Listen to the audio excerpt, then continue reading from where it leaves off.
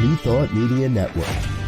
We are a global broadcast network of positive music, media, and entertainment, inspiring humanity's evolution along the journey of enlightenment and creating a world of love, peace, empowerment, and prosperity for all.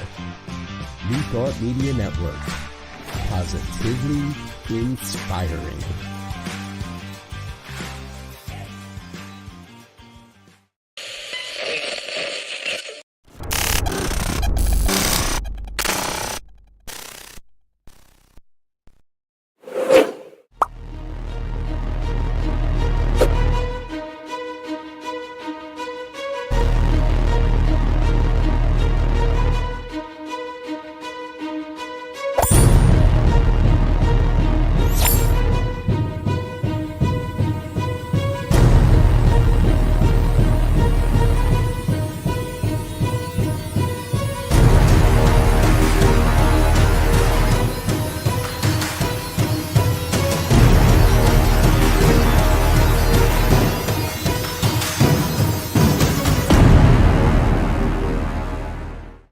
And hello again, dear ones. Dr. Robert with you here on a Friday evening. It's 5 o'clock on the Mountain Time Zone, and that means it is time for the good news. A weekly look that I get to take and share with you on some of the good news stories that I have found. We can never cover all the good news that I find out there, and each week I bring you a collection of stories that I think will support you in having some wonderful conversations this weekend and sharing the good news out into your lives. If you're here in America, in the United States, it's Memorial Day weekend, so we enjoy that and wish you a happy Memorial Day if that's something you celebrate. All right, let's jump right on into it here this evening. Researchers at Oxford University, scientists have discovered proteins in the blood that could warn people of cancer more than 7 years earlier than currently possible. Now, this is two different studies that happened.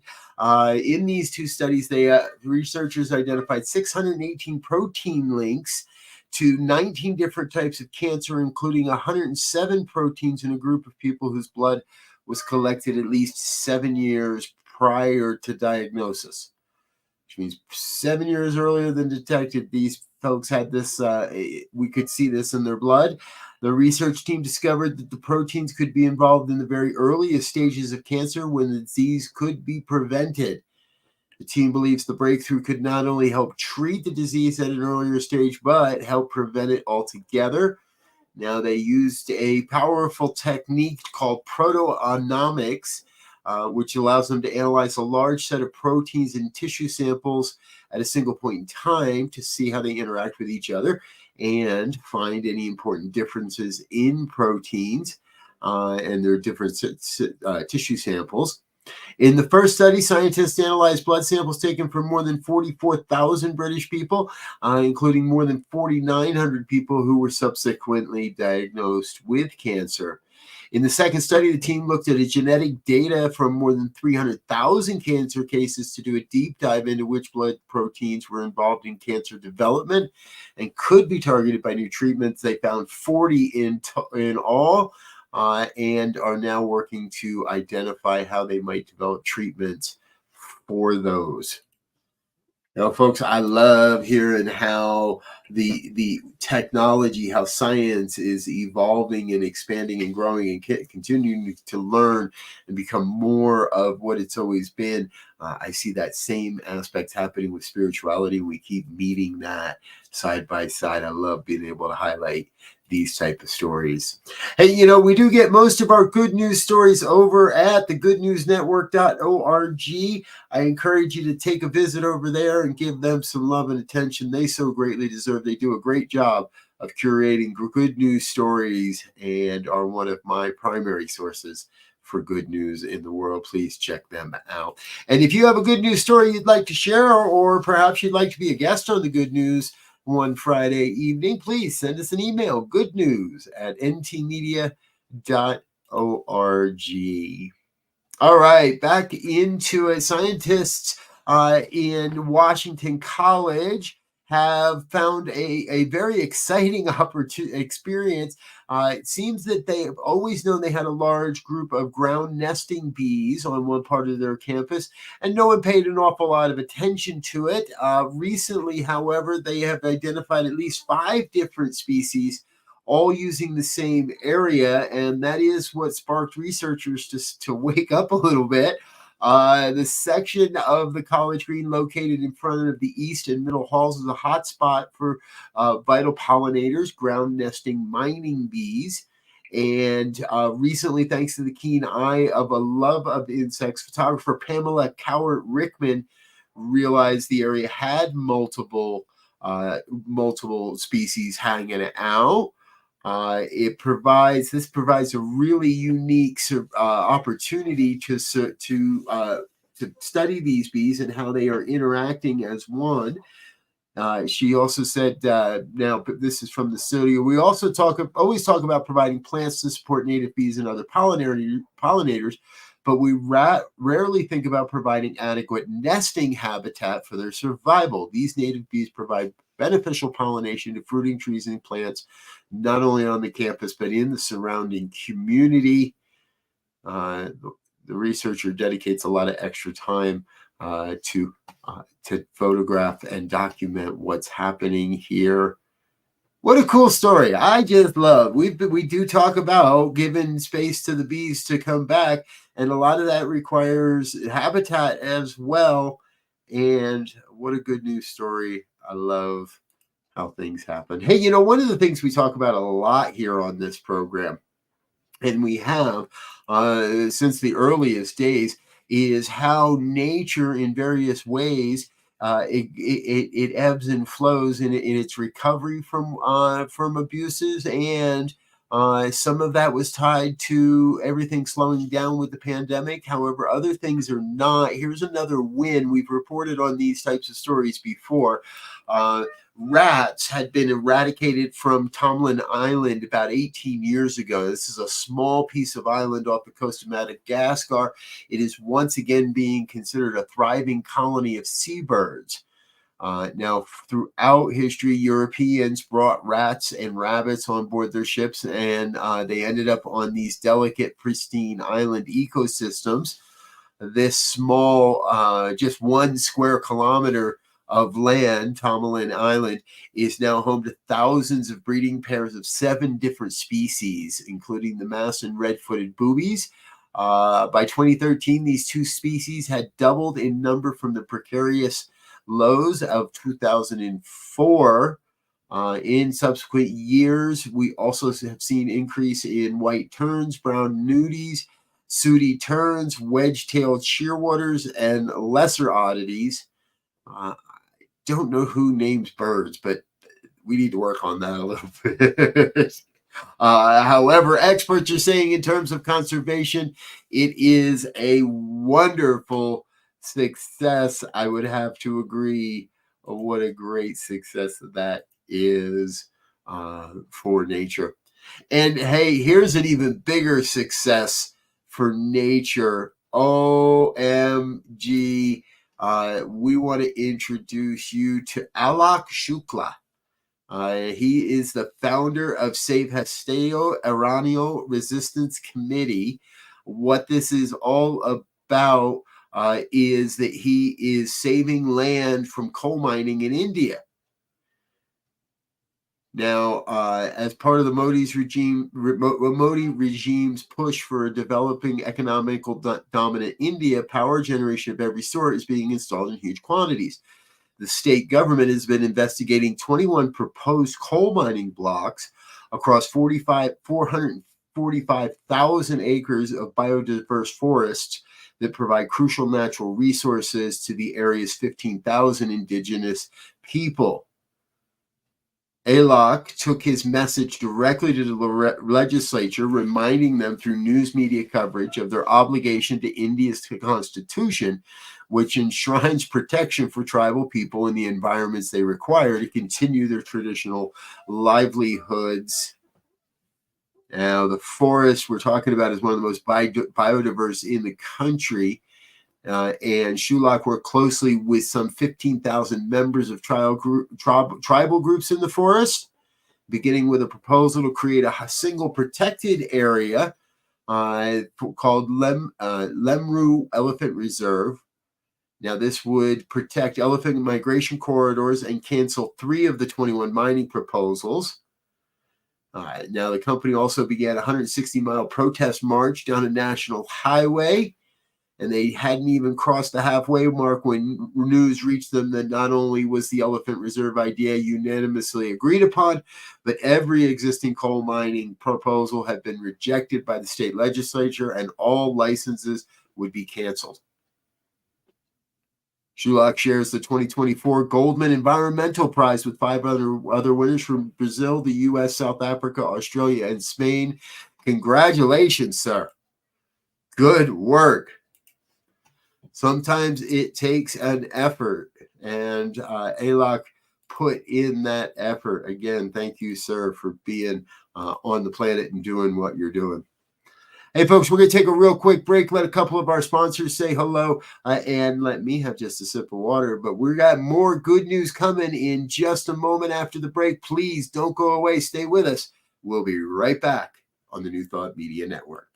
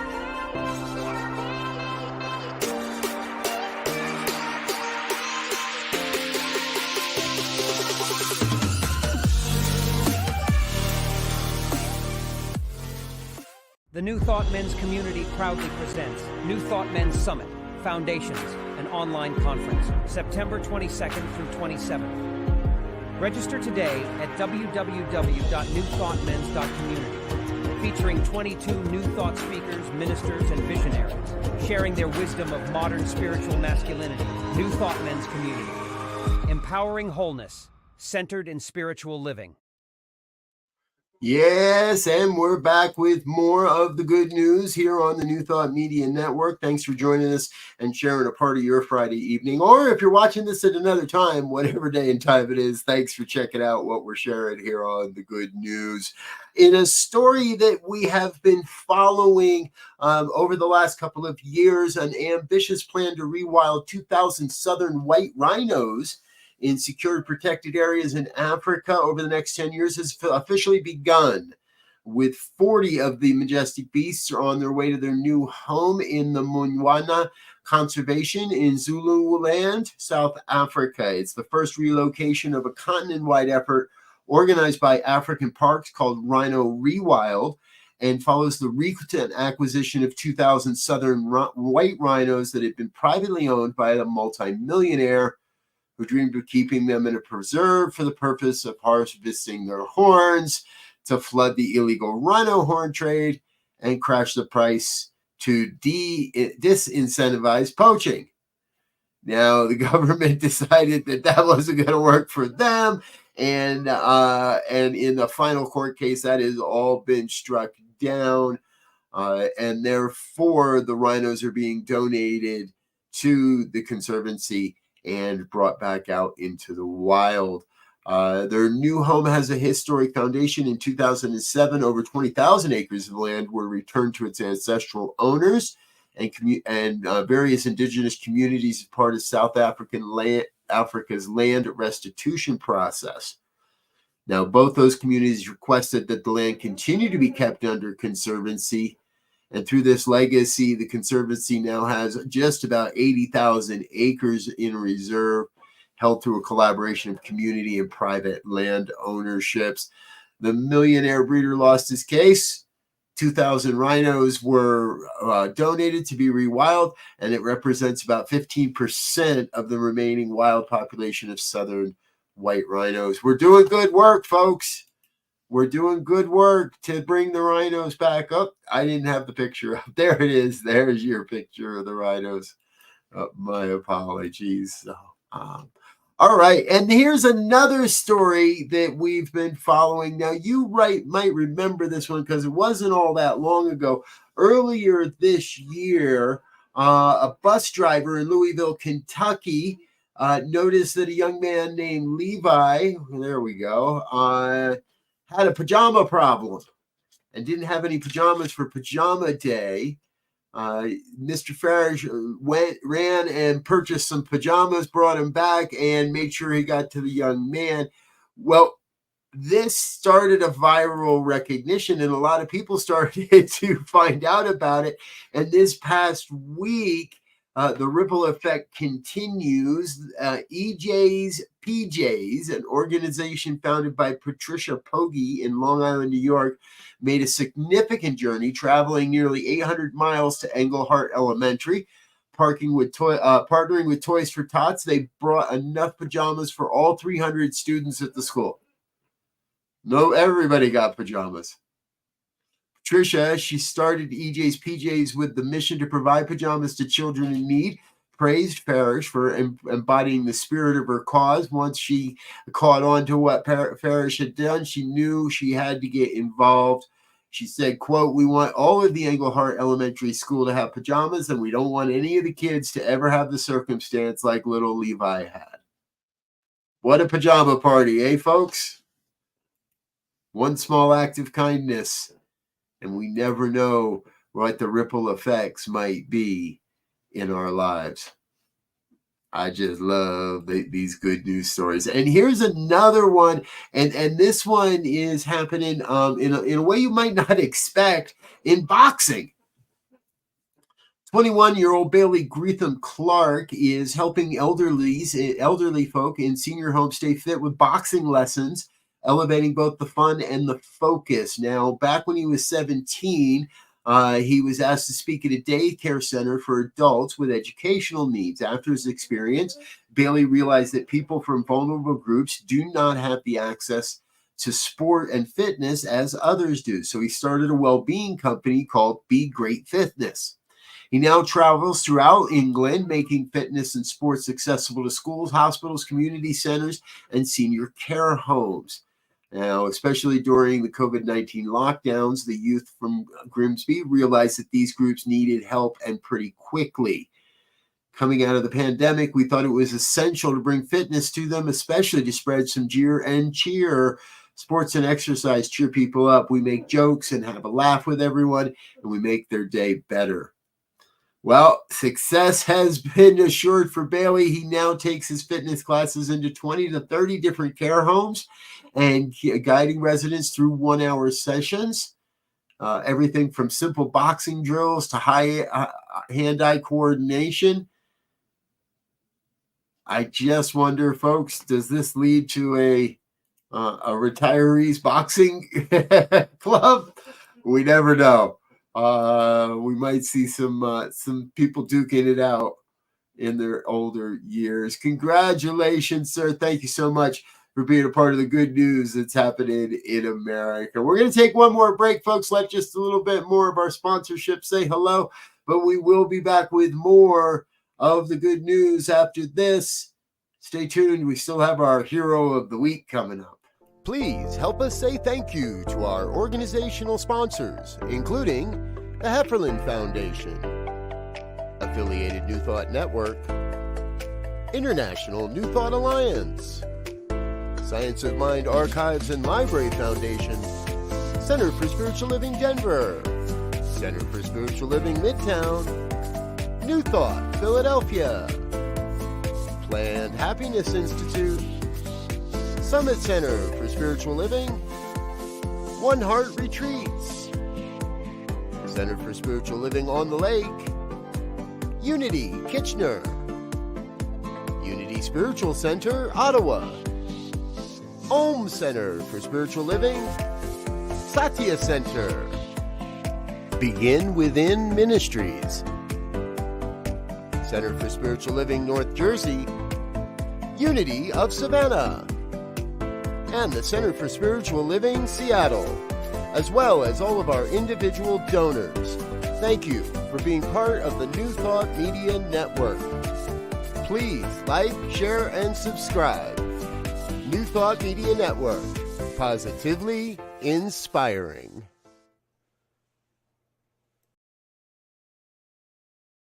And we're back with more of the good news here on a Friday night. Thanks for being with us, folks. What a gorgeous evening it is, and I hope you're having a great start to your weekend as well. Here's a story that we heard something similar to back in 2020. Turns out that a farmer in Manitoba had such an amazing bumper crop of potatoes that, and this all happened last year, that he had 12 million pounds of surplus. Potatoes were coming out of the ground in such numbers that after fulfilling all his normal deliveries and quota, Hoffner still had over 10 million pounds of potatoes left. That number continued to grow with others in the area that had bumper crops adding into the total. People that have been in this industry for the last 40 years, they've never seen anything like this, said Hoffer. That said the farmer, his name is Hoffer. We had at least almost 100,000 bags of surplus potatoes.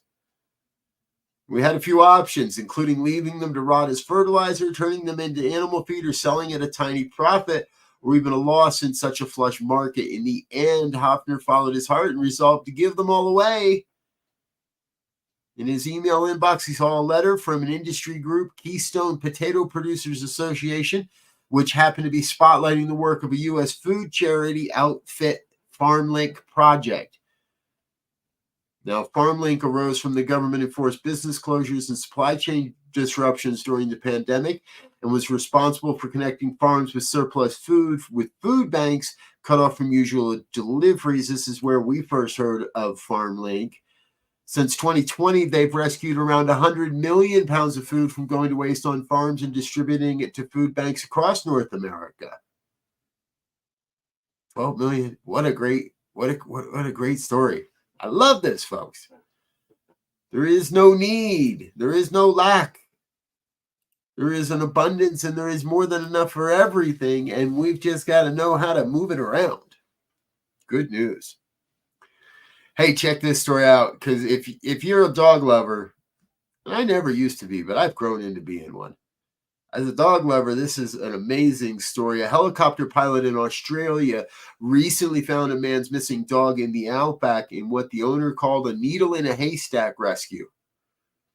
Now, if you've never seen images of cattle country in Australia, it might come as a surprise to know that because the ranches are so vast, farmers will often hire helicopter pilots to round up their cattle for them.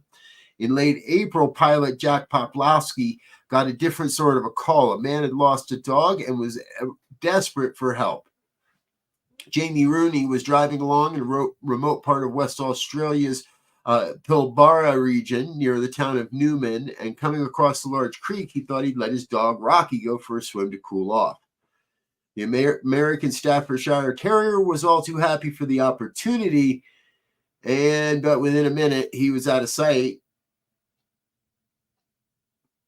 and was unable to be found. After frantically looking around the water, Rooney drove up and down the trails in the area, standing on the roof and calling his dog's name, and poor Rocky never showed up. Well, earlier that day, I was driving past the airport. I could see all the helicopters go up, so I went online for helicopter search rescue and just called the number.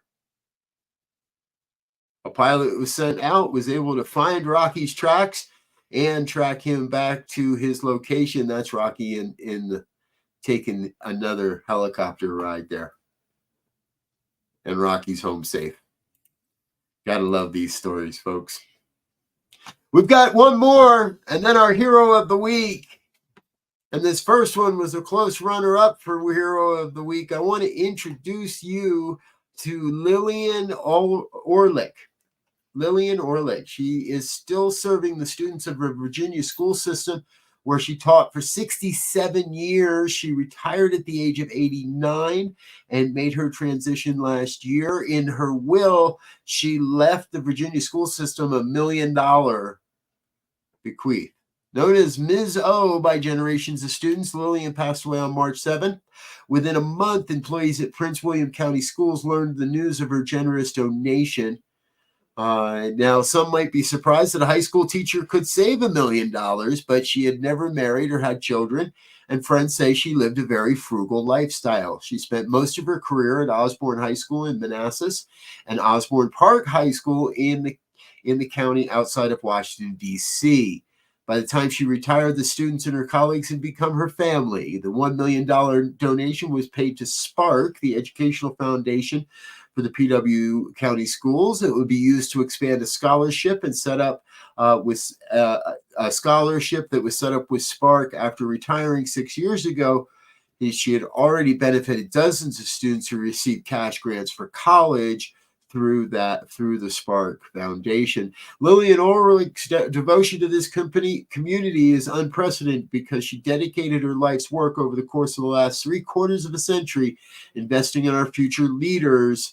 According to the superintendent of schools, the footprints she left in our hearts and mind can never be erased, and her legacy lives on in the lives of the student and the staff she impacted. Thank you, Lillian, for being on the planet when you were.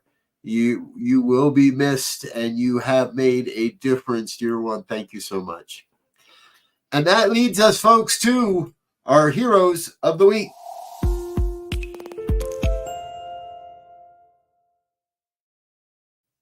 We focus on a lot of stories here on the Good News Network, and this one comes to us from New Zealand. 2 brave line workers are being praised by local law enforcement for saving a motorist who was trapped in rapidly rising floodwaters. This all happened back on May 21st. A woman called the emergency services reporting that her car was stranded on a flooded section of road. As the water levels rose, the vehicle began to float and then to sink. The police emergency communicator stayed on the line and was deploying helicopters, police units, and a swift rescue team. However, before these resources could arrive, a line crew working nearby witnessed the perilous situation and took immediate action. The 2 workers leaped into the floodwaters, broke the car window, and pulled the driver to safety just in time. Moments later, her vehicle was completely submerged. Acting Sergeant Kyra Steiner commended the rescuers in a heartfelt social media post. "We cannot thank those rescuers enough. They likely saved a life today, and a family's loved one gets to come home tonight.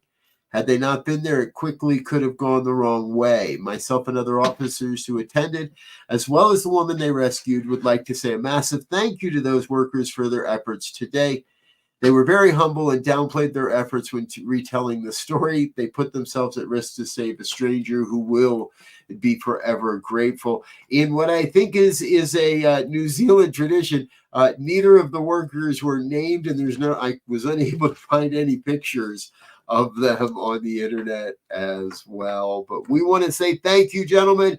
But nameless and anonymous, you are our heroes of the week. I want to thank you again.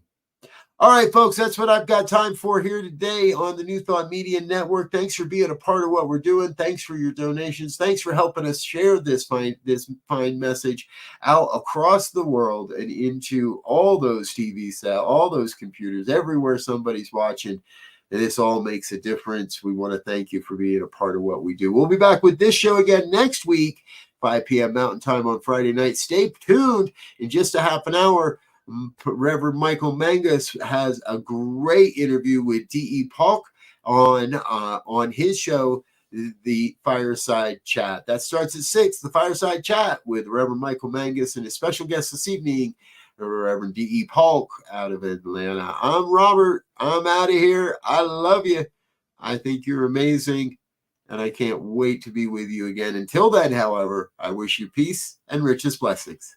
Bye now.